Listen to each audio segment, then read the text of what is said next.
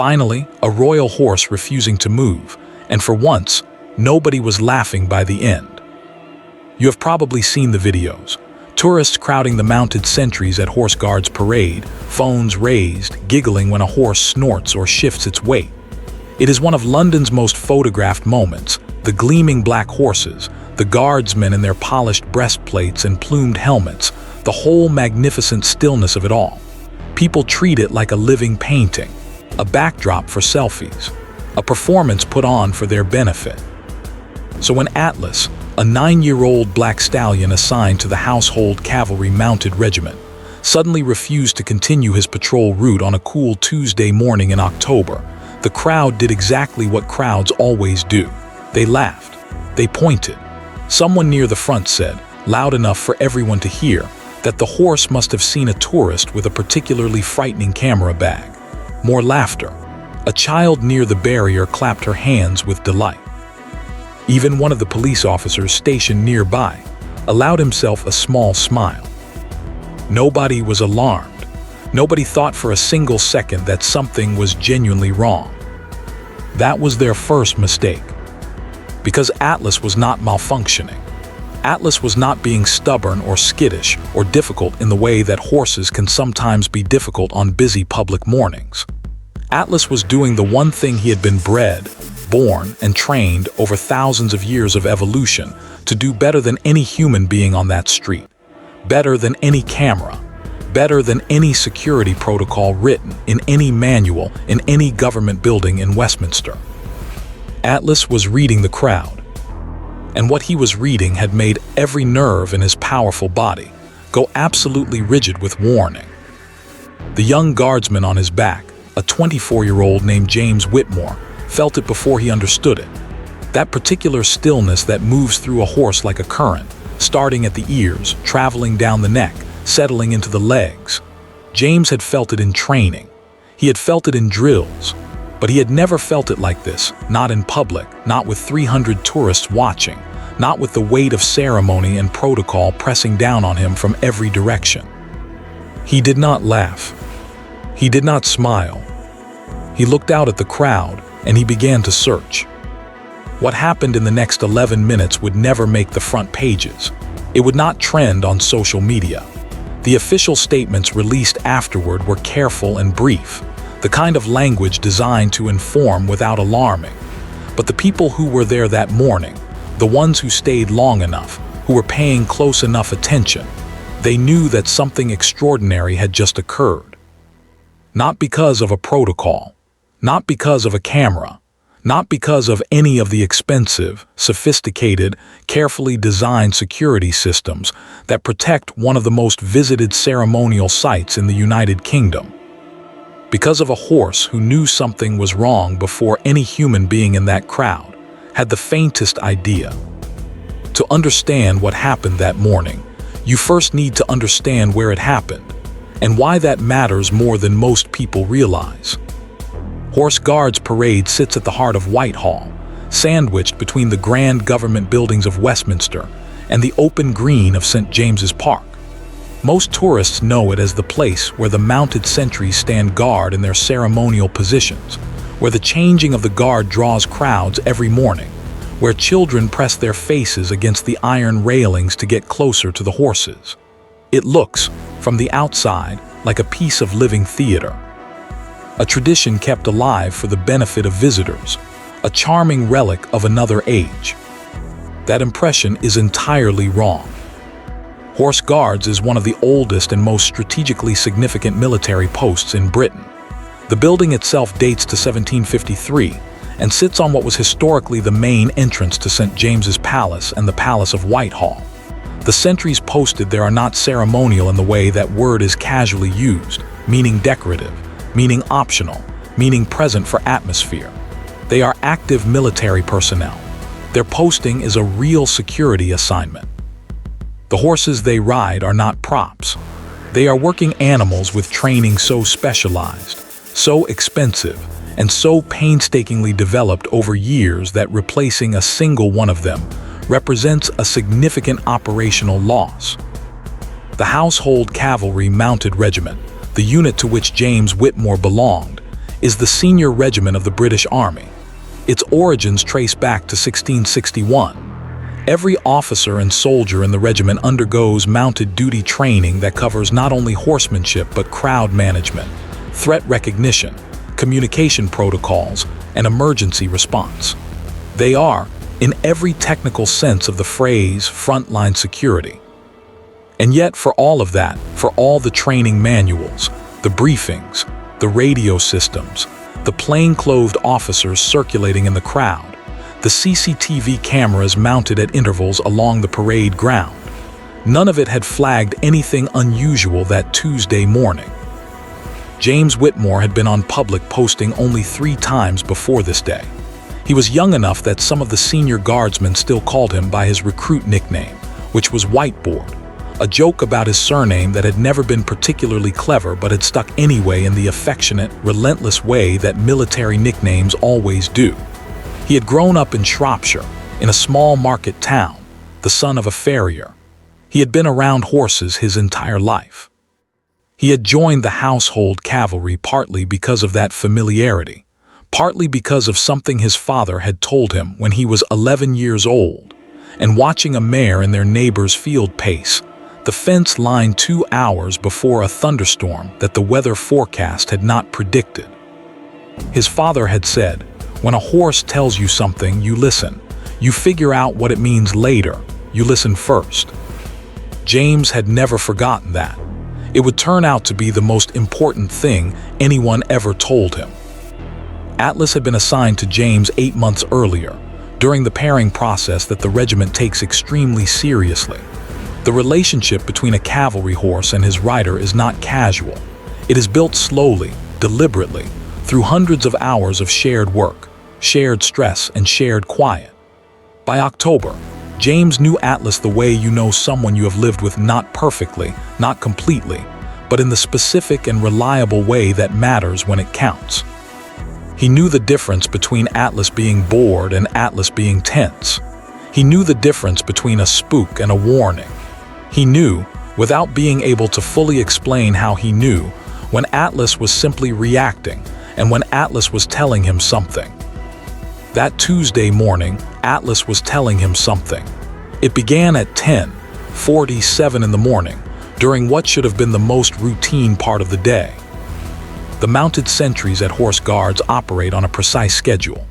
The horses move, hold position, move again, the whole thing choreographed to the minute, designed to maintain the ceremonial dignity of the posting while also giving the horses and riders the movement they need to stay focused during what are, in truth, extremely long and demanding shifts. James and Atlas had completed the first portion of their patrol without any issue.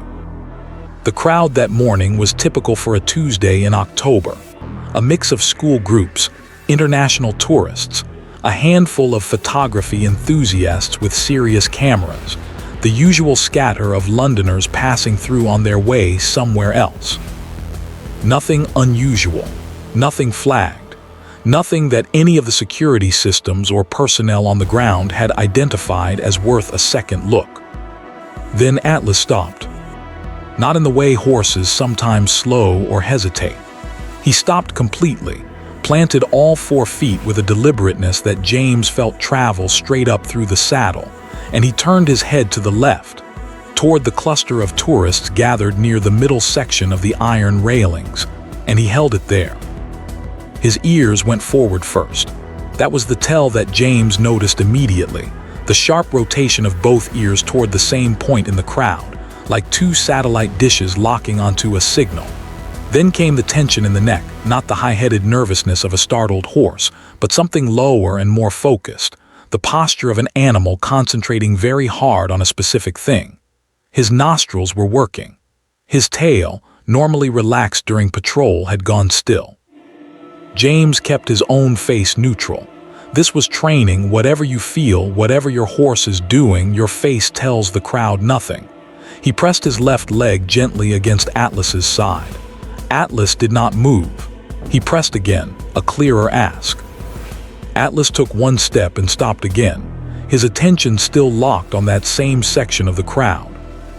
In the crowd, people were beginning to notice. Not the threat. Nobody was noticing the threat yet. They were noticing the horse. Phones came up. Someone called out that the horse was being stubborn. The laughter started, easy and good-natured, the laughter of people who had no idea what they were watching. James let his eyes move slowly across the section of crowd that Atlas was focused on. He did it the way he had been trained, not a sweep, not an obvious scan, but a casual drift of attention that would look to any observer like a guardsman simply surveying the general scene. 3 school children pressed against the railing, a couple sharing a paper coffee cup, an older woman with a wheeled suitcase who appeared to be consulting a paper map, a man in a gray jacket standing slightly apart from the people around him. James's eyes passed over the man in the gray jacket and moved on. Then something brought them back. The man was standing still, which was not unusual. Many people stood still at horse guards, watching, waiting for a good moment to take a photograph. But there was a quality to his stillness that was different from the stillness of someone waiting patiently. It was effortful. It was the kind of stillness that cost something, the stillness of a person working very hard to hold themselves together. His hands, James noticed, were not relaxed at his sides. They were pressed flat against his thighs, fingers spread, the tendons visible even from that distance. His jaw was moving slightly, as if he were speaking to himself. His eyes were moving quickly, too quickly, skipping from point to point without settling anywhere. James had been trained to recognize signs of agitation. He had been briefed on behavioral indicators of individuals in distress. But if he was honest, if he was completely honest, it was not his training that made him keep looking at the man in the gray jacket. It was the fact that Atlas had not moved, had not shifted his focus by a single degree, and was still standing with every muscle in his body oriented toward that exact spot in the crowd. James reached for his radio. What he said in that transmission was brief and specific. He gave his position, gave a description of the individual, and used the code that indicated a request for plainclothes officers to conduct a closer assessment. He did not declare an emergency. He did not clear the area. He followed protocol as closely as he could, while doing the one thing that protocol could not have told him to do, trusting the horse beneath him over every other source of information available. The 2 plainclothes officers who moved toward the man in the gray jacket reached him within 90 seconds. What they found was a man named David, 41 years old, who had traveled to London alone that morning in a state of severe psychological crisis. He was not carrying a weapon in the conventional sense. He was carrying, in the inside pocket of his gray jacket, a glass bottle containing an accelerant, with a cloth stuffed into the neck of it. He had not yet done anything with it. He may not have been fully decided about whether he was going to. But he was standing at the railings of one of the most visited public spaces in London, on a Tuesday morning crowded with school children and tourists, in a condition that the mental health professionals who assessed him afterward described as acutely dissociated from reality. He was guided away from the crowd quietly. There was no shouting. There was no scene. Most of the 300 people present that morning had no idea anything had happened at all.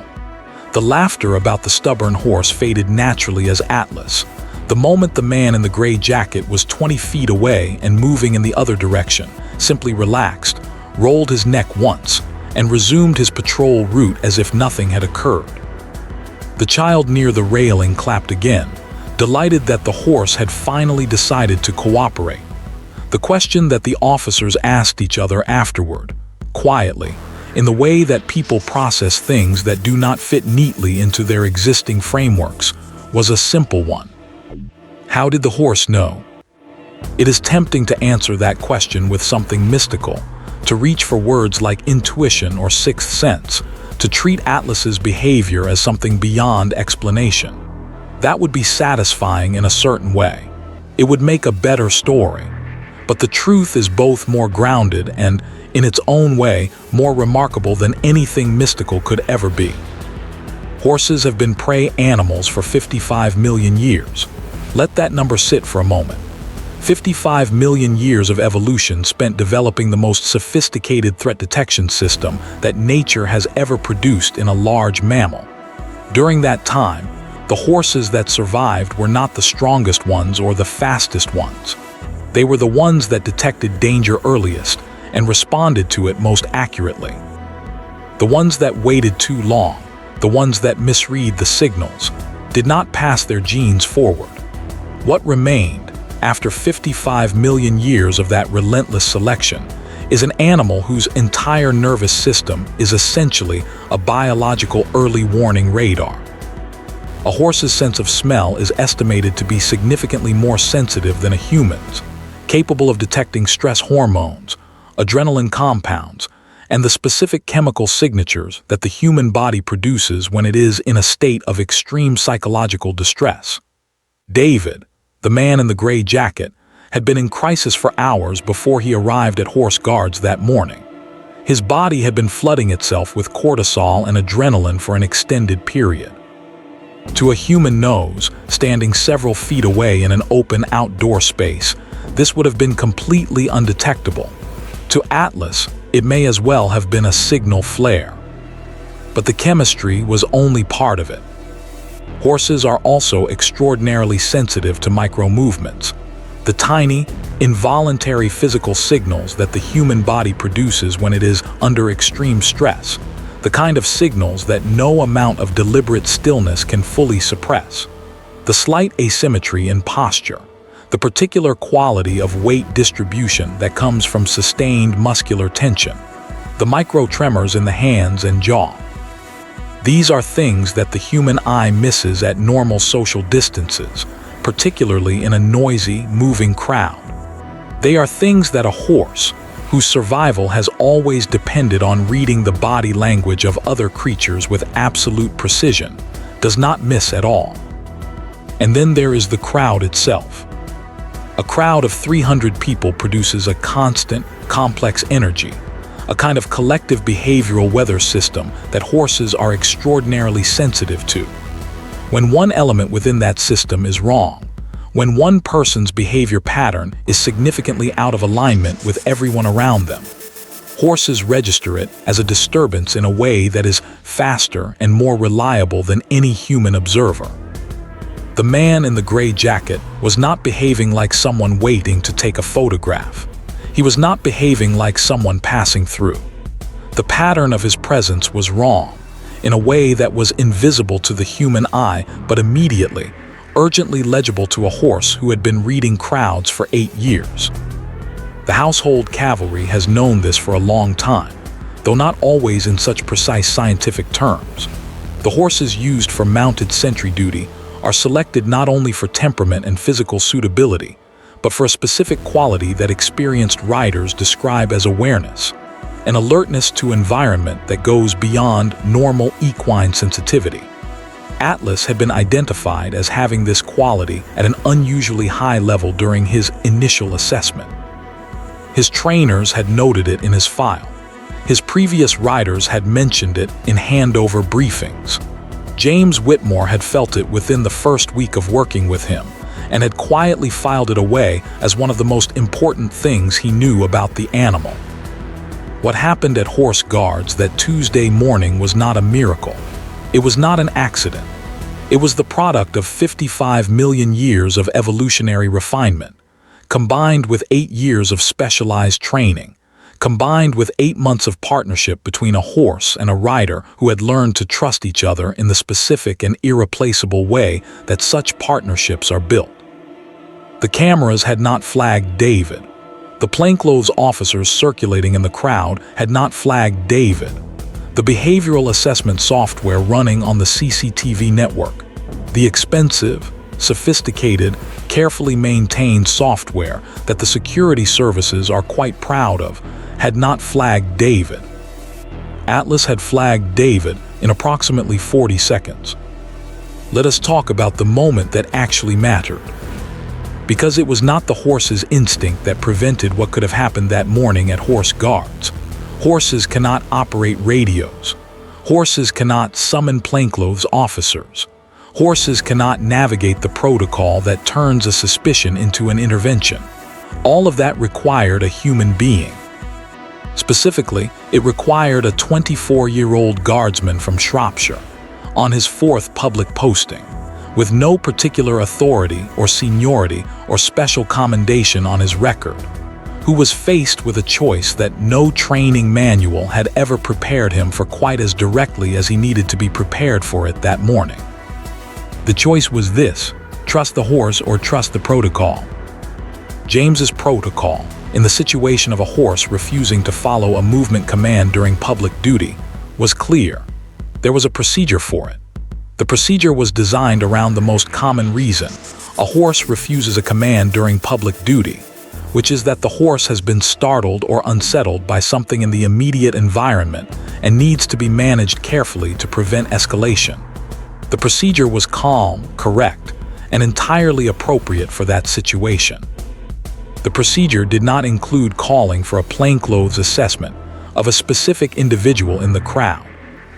James deviated from the procedure. He has been asked about this in the weeks and months since it happened, in the careful, measured conversations that the regiment conducts when something unusual occurs during a posting. His answers have been consistent and, in their own way, quite remarkable for their simplicity. He did not describe a dramatic moment of insight. He did not describe a gut feeling or a heroic instinct. He described something much quieter and much harder to argue with.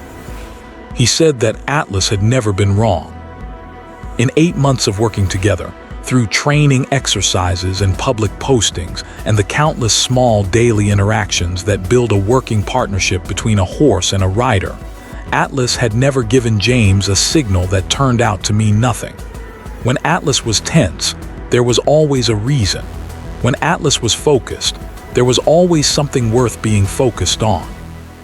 The quality and the character of what Atlas was doing that morning, the completeness of his attention, the specific posture of concentrated alertness rather than startled fear, was something James recognized. Not from a textbook. From 8 months of paying careful attention to an animal that was, in this specific domain, considerably more qualified than he was. He said, "I knew what a spook looks like. I knew what boredom looks like. I knew what distracted looks like." What Atlas was doing that morning did not look like any of those things. It looked like what my father used to say about his best horses. It looked like the horse knowing something. The decision to trust that knowing over the written procedure was not easy. James has been honest about this. There is a real weight to protocol in a military context. Not bureaucratic weight, but genuine weight. The weight of understanding that procedures exist because people thought carefully about how to handle difficult situations in advance, and that deviating from them without good reason is how small problems become large ones. James felt that weight. He also felt Atlas, completely still beneath him, every nerve pointing in one direction. He made his call. In the aftermath, in the quiet, controlled aftermath that the public never saw, James was not celebrated in any loud or public way. That is not how these things work. What happened was noted in the appropriate reports. The mental health services were engaged for David, whose crisis had brought him to that railing on that morning in a state that, in the judgment of the professionals who assessed him, could have led to serious harm to himself or to others. The security protocols for the posting were reviewed, as they always are after an unusual incident. The conversation about the role of the horses in the overall security framework of horse guards, a conversation that had apparently been ongoing in certain internal circles for some time, was given new material to consider. And James went back to his posting the following morning, and Atlas walked his patrol route without interruption, and the tourists took their photographs, and the children pressed their faces against the railings, and the world continued in its ordinary way, entirely unaware of what had almost happened and entirely unaware of what had prevented it. There is something worth sitting within that image. A young man on a black horse in the gray October light doing his job, the crowd laughing at something, the cameras recording everything, and underneath all of it, quiet and invisible and absolutely certain, the partnership between a human being and an animal that had been refined across thousands of years to do exactly what it did on that Tuesday morning, to see what nothing else could see, and to make sure that someone was listening. So what do we actually do with this story? Because it is easy to read it as a feel-good account of an exceptional horse and a perceptive young guardsman, and to leave it there. It is easy to let it be a warm and interesting footnote to a Tuesday morning in October that most Londoners walked past without a second thought. It would be comfortable to treat it as an anomaly, a lucky coincidence of the right animal in the right place at the right time, and to continue trusting the cameras, the software, the protocols, the expensive and sophisticated infrastructure of modern security. But that would be avoiding the harder question. And the harder question is one that goes well beyond horse guards, well beyond the household cavalry, well beyond any single incident on any single morning. The question is this: in our determination to build better technology, have we stopped listening to the things that were already better than technology to begin with? Atlas did not detect David because he was exceptional, though he was exceptional. He detected David because horses have always detected things like David. That capacity has always been there, in every working horse in every mounted unit in every country in the world, and it has been there for 55 million years. It did not require a software update. It did not require a budget allocation or a procurement process or a committee review. It did not malfunction. It did not produce a false negative. It worked exactly as it had always worked, in exactly the way that nature spent tens of millions of years ensuring that it would work. The people who design security systems know, on an intellectual level, that trained animals are extraordinary tools. Sniffer dogs are a well-established part of security infrastructure at airports and border crossings worldwide. The United States military has used dolphins for underwater threat detection. The Romans used geese. The principle is not new. But there is a persistent tendency, understandable, perhaps even inevitable, given the pace at which human technology develops, to treat animal capability as a backup, as a supplement, as something quaint and interesting that we keep around for tradition's sake while placing our real trust in the machines.